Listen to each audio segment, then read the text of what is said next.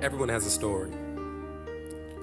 Each person's character and perspective is made up of countless lived experiences, some shared by others and some unique to them.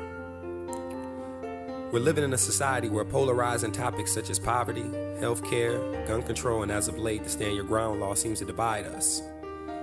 We allow stereotypes fed to us through the media to influence how we interact with those around us. Fear and a lack of understanding of one another's stories stops us from having conversations and getting to know one another. Often we feel alone in our view of the struggle, or that our struggle isn't worthy of expressing. That's why TeamVision has created Fearless Voices of the Struggle.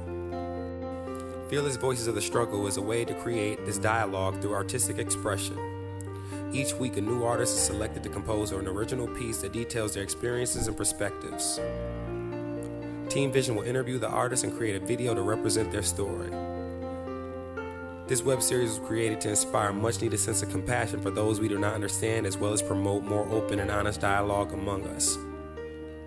Because we are all caught in a system of struggle, even if everyone's struggle is different.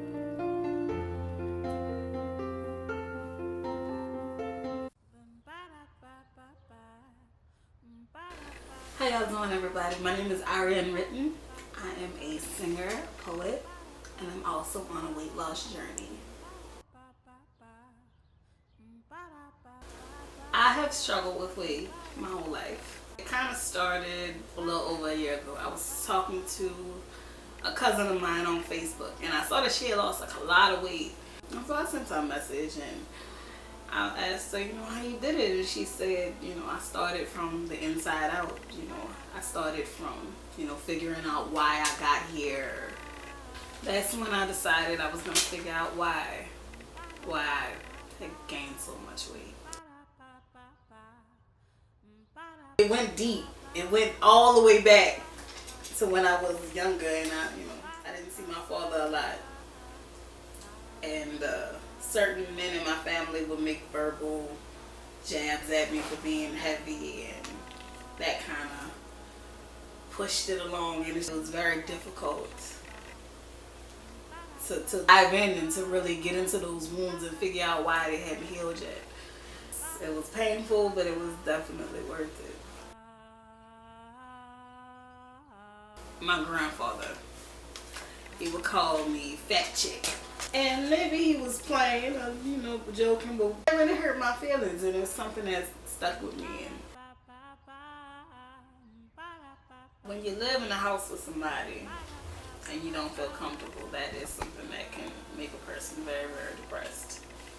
I lived with someone who verbally abused me, and someone who made it very difficult for me to live in a happy home.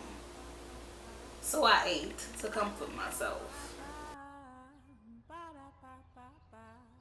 I would get teased at school for being heavy, and that pushed me to go to food for comfort. Chocolate, especially chocolate.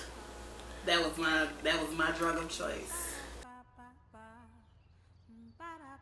One day I woke up and I just said, I'm not about to let this affect my life no more. I need to do something for me, finally. Instead of doing everything for everybody else, I need to do something for myself. So I started going to the gym. In the long run, eating food to comfort yourself is something that is good for a little while, but it's not going to last. And in the end, you're going to be even sadder than you were before.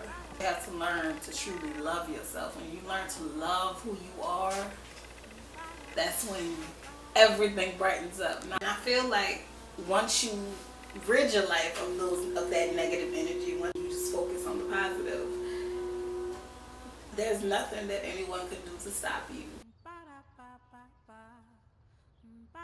It's new beauty that I find in the world because I love myself. And I see the beauty of the world reflected back upon me. And I see it reflected back upon everybody that I meet. Once you always think positive, you're positive about everything. So that means everything that you put your hands on, you're going to do your best. God is pushing me. God has me here for a reason. And if He's for me, no one can be against me. I feel like I'm more vulnerable. I'm able to be more vulnerable. I feel like I'm able to write pieces that are more personal to me. If you don't love yourself, no one else can love you. It all starts with you. So love yourself. That's all. Beautiful people, my name is Ari UnWritten. I am a poet, a singer, a writer, and I'm also on a weight loss journey. 40 pounds down, 40 more to go.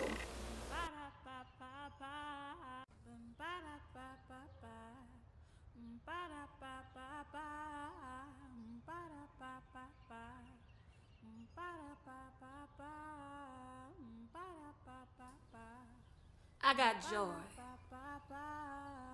the kind that bubble and spill from the pit of your stomach, the kind that make you feel like singing. The kind of joy I got is only reserved for those who've been through something, the long sufferers. Punching bag only part of my past description. Me? I put myself through my own personal hell. I committed repetitive acts of tyranny upon my own body, and everyone noticed but me. Negatively advised by feelings of unhappiness, loneliness, and woe is Ari, I kept eating until one day I woke up heavy. Heart, mind, and body. It was a bit of a rude awakening, the hate I had been ingesting both from me and those around me. You know, depression is a horrible thing. It'll cause you to constantly accept less than you're offering, because what luck would ever befall the likes of someone like me? Obese. In some men's eyes, less than a human being, and me being me, reacting to the shame, I made the unconscious decision to live as a passenger in my own plane.